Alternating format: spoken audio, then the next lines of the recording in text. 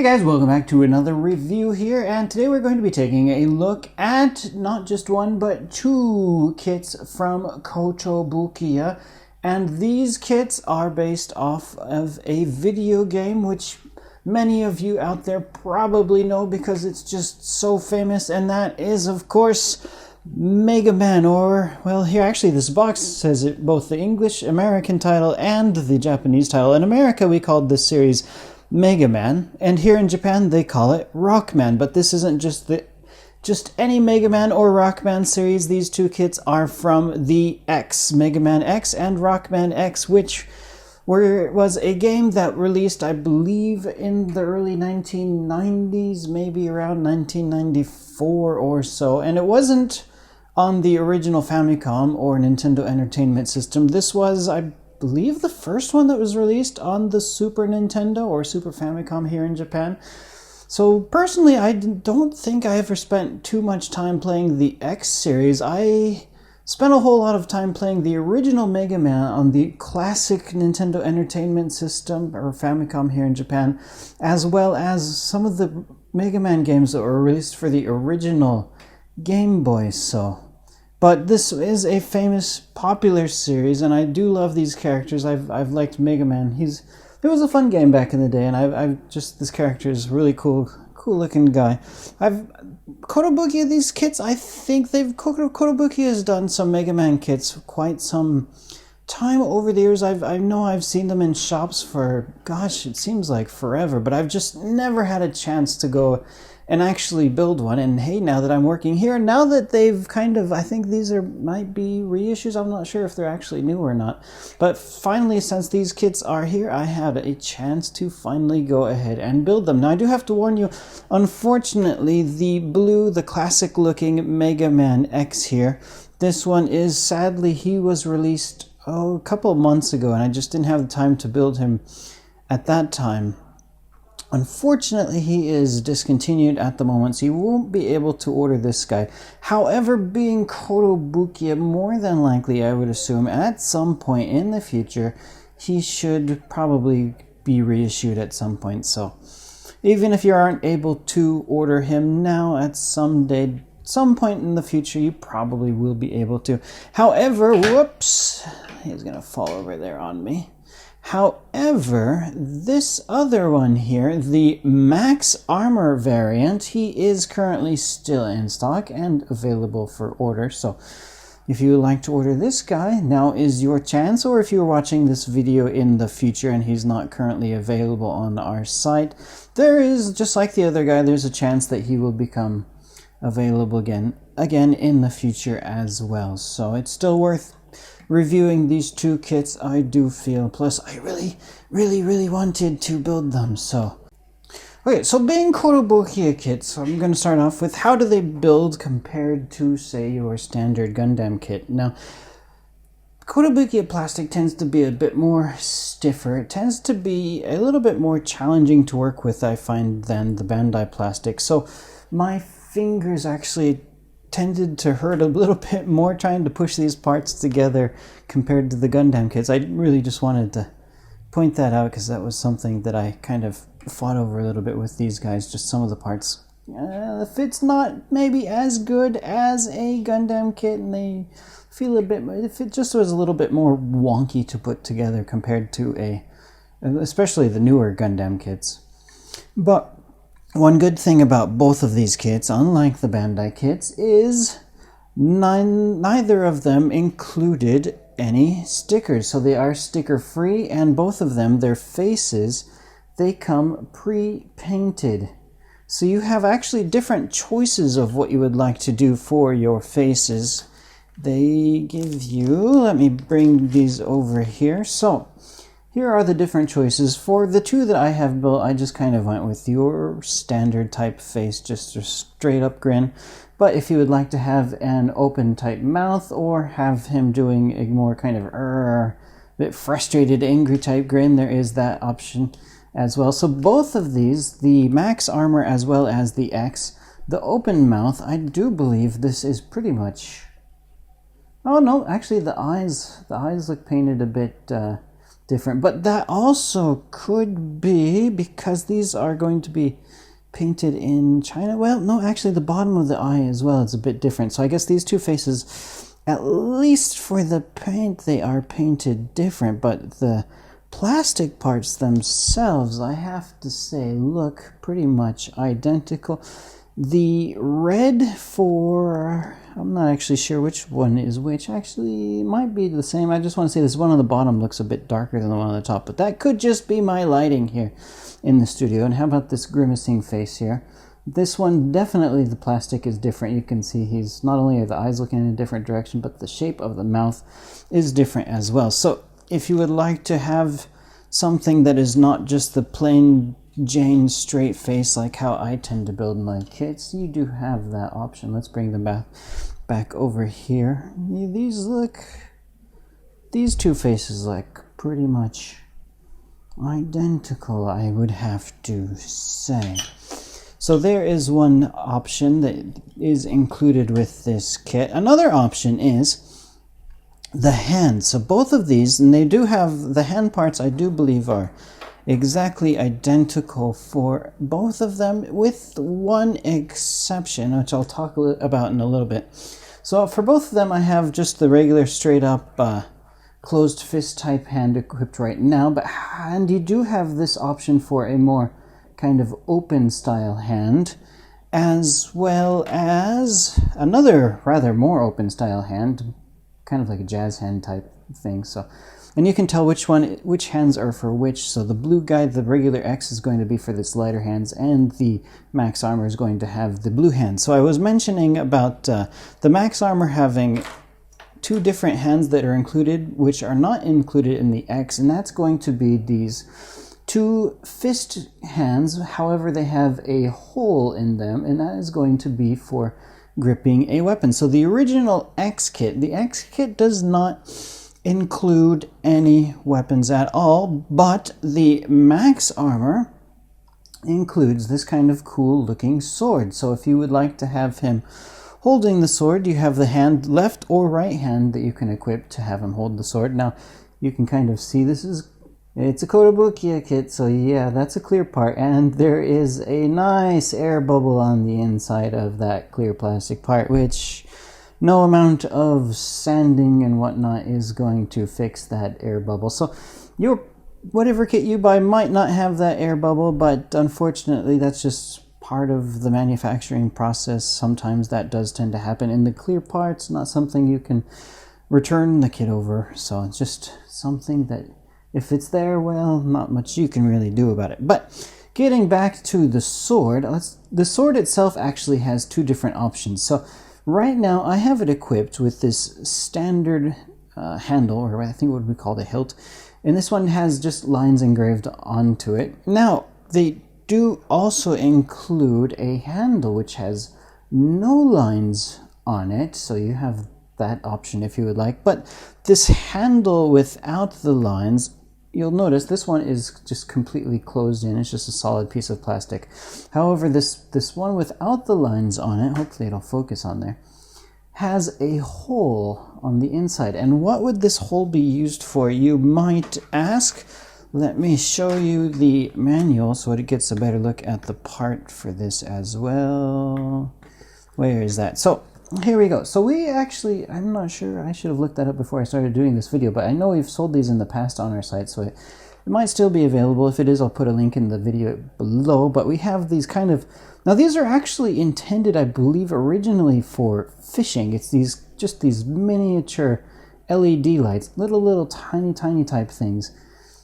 And if you have one of those lights, which luckily I actually do, because we've had one sitting here in the room that we film all these videos. I think Lindsay a long time ago used one of these for some other thing she did for Toy Goku, and ever since then it's just been sitting around. So I thankfully had one of these sitting here in the studio so I could use this for this video. Just a little tiny thing. You push the thing to close the loop, and then it kind of lights up. You can see the reflection off of my hand there. So just a little tiny light.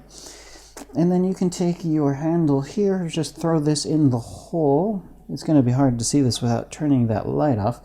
So I'm going to take my sword here, and I'm going to pop off that hilt. I'm going to pop off the little bottom piece at the end as well, and we're going to stick this up there.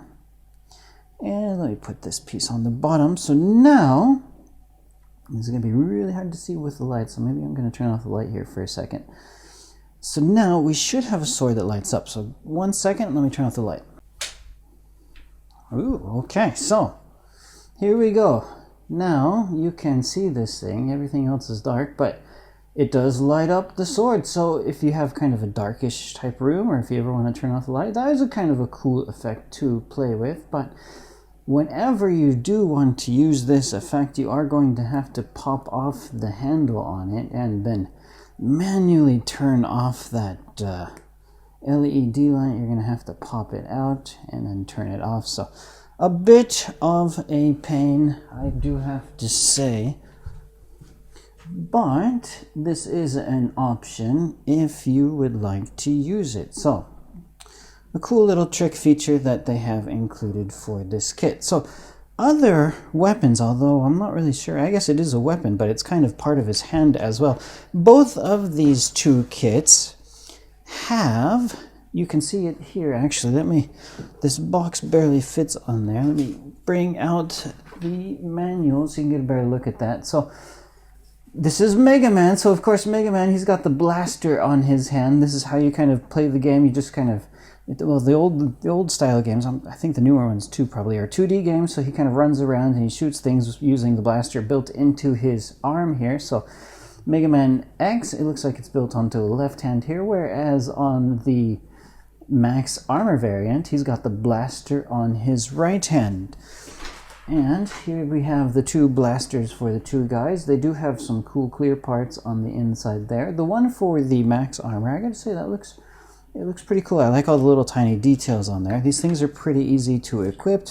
You just have to pop off his arm. And I think I might have popped off a little bit too much of his arm, because this joint here should pop off as well. And give me a second to get this out. Alright, so there we go. Now he is equipped with his blaster, and he is going to be able to take on lots of the enemies in the game. Looks really cool. Now, one thing you saw originally when I pulled off his arm, I pulled off that whole elbow joint. So if you're going to switch the arm, now that thing really pops off hard. It was a bit tricky to get this elbow joint out of the other arm piece, and this seems to be a bit more tricky on this Max Armor than it does on the regular X. The X, I didn't have much trouble with it, but this elbow joint is really kind of buried in there, so you'll have to maybe use some kind of tool like a plier or something, get a good grip on it if you ever want to pull that arm piece out. Just wanted to mention that, but it does look really cool.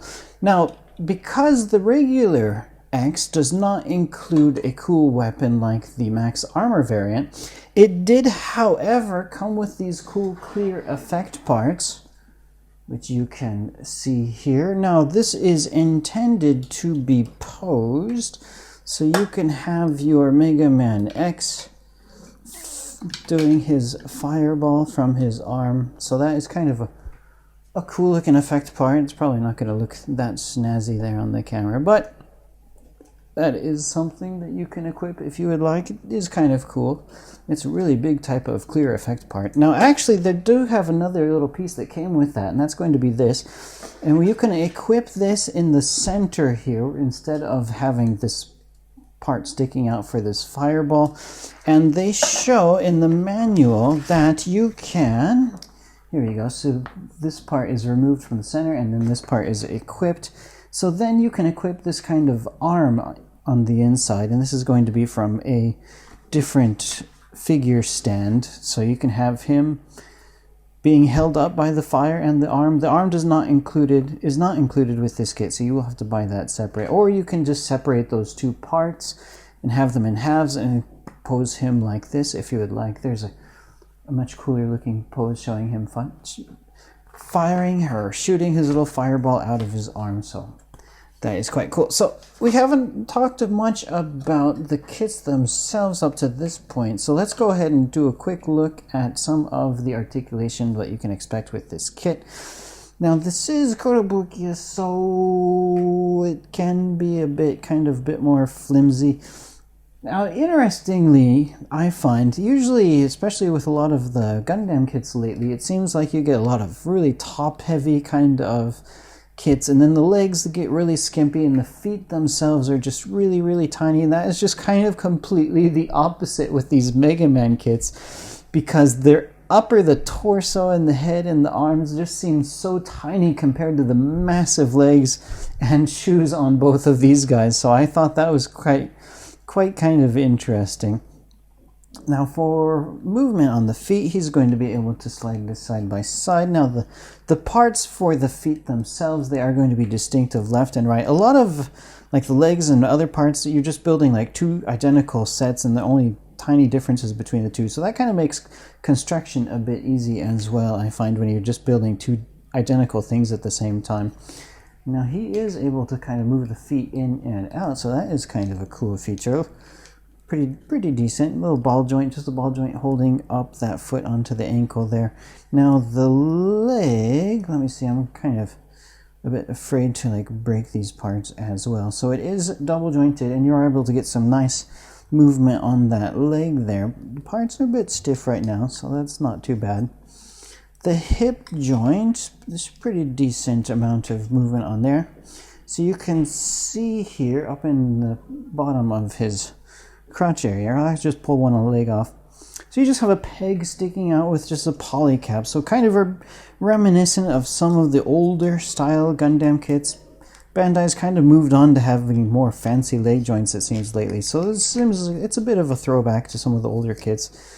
And it can be a bit more tricky to get them on there. There we go. Hopefully that is sitting nice and pretty now. So his upper torso, you are able to get some twist action in there and move that upper torso around, because let me see if I can pull that off. There is a nice ball joint there in the torso, so that works well. The head, use standard type movement, which you can find on a regular old HG kit, so pretty decent action there as well. Now the arms, I'm kind of afraid to bend these parts a bit too much without breaking them. You can see, actually you can see kind of there's some stress marks that have already started to form on the plastic piece for this arm here, and I find that kind of interesting because like one side it would be really, really loose, but then the other side just feels really, really tight. Oh, that could be because another thing I forgot to mention is on this kit, a lot of the pieces are undergated. Now that's great. A lot of people love undergated, and it really helps when you get like a metallic or fancy type coated plastic, and you don't have to damage that kind of plastic. But yeah, unfortunately the undergated parts, they tend to leave a bit more plastic between where the parts are going to connect. So unless you really clean up that gate mark really, really well, it's going to leave like a little tiny extra bit of plastic there. So you can see there's a bit of extra space in between these parts. So I just cut the pieces off with the nippers. I didn't bother to go back with like a sandpaper or a file to really smooth those down. So I think because of that, you can see here on this arm, there's a tiny bit of gap, and you can see where that nub would have been. And because there's that little tiny bit of plastic kind of still sticking over left from the nub, which the opposite side also had a nub in that same spot. So both of those two parts had a little tiny bit of nub left on the extra on the side of it. And so that causes there to be a bit of a gap between these two parts where they connect. And because there is that gap, the two parts are not exactly flush, which makes them a bit larger. However, this piece was able to still squeeze over the top, but because it's a bit larger and a bit tighter, it did leave some stress marks quite easily on this part, which is a bit sad, but what can you do? We got a standard type of elbow joint, so that's kind of pretty standard.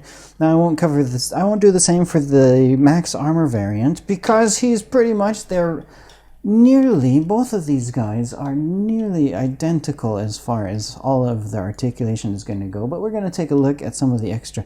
This one has a lot of extra color parts molded in a lot of different colors here. No stickers, thankfully, so all of these different colors you are seeing on here are just different pieces of plastic sandwiched together, which is quite nice. So you can see that he's got these cool thrusters here at the bottom of his legs, which looks quite nice. And he's got this one's got a pretty nice, cool looking helmet. I like that V-fin sticking on the top there. Good use of sandwiching the two different types and colors of plastic together to give you that great effect without having to use stickers, which I do wish Bandai would use more different colors of plastic instead of stickers. Just not a huge fan of stickers, I do have to say. Alright, there was one more tiny little, at least for me, I found it a tiny bit interesting, and that is going to be part on the Max Armor Kit. Anyway, that is going to be part on the J Runner J12. You might be wondering just what exactly is that, and gosh, I can't recall ever seeing anything like this on another kit, at least recently. Maybe if I've seen it before, it just hasn't been anything. And this is the J12 part is not something that you're actually going to equip on the kit itself. It's just this tiny little plastic rod, and the only use for this J12 part is, let me flip back to where that was here. Here we go. All right, so for J12, so we have to, on his blaster here, this is going to be for the blaster, and on the inside there is that clear part, and you have to get that clear part in there nice and snug. So you might wonder, well, gosh, how the heck are you going to get that nice and snug on the inside when you can't really reach your finger on the inside? And that is this where the J12 part comes into use. The only purpose of this part that they've included is to push that clear part into the tip of that blaster. So I thought that was kind of quite interesting. I'm going to probably just keep this J12 because, gosh, you never know when you're going to need a spare bit of plastic to push something down. Although, why you couldn't just cut a piece off of the runner, I don't know, but they actually molded in a little tiny plastic rod that you can use to squish that clear plastic piece down onto his armor. So yeah, interesting stuff, Kotobukiya. Alright, so that is going to be it for the Mega Man X, Rockman X to Kotobukiya kits. I believe these are both in 1/12 scale, but they are about the same size as a HG Bandai kit, so not terribly too large.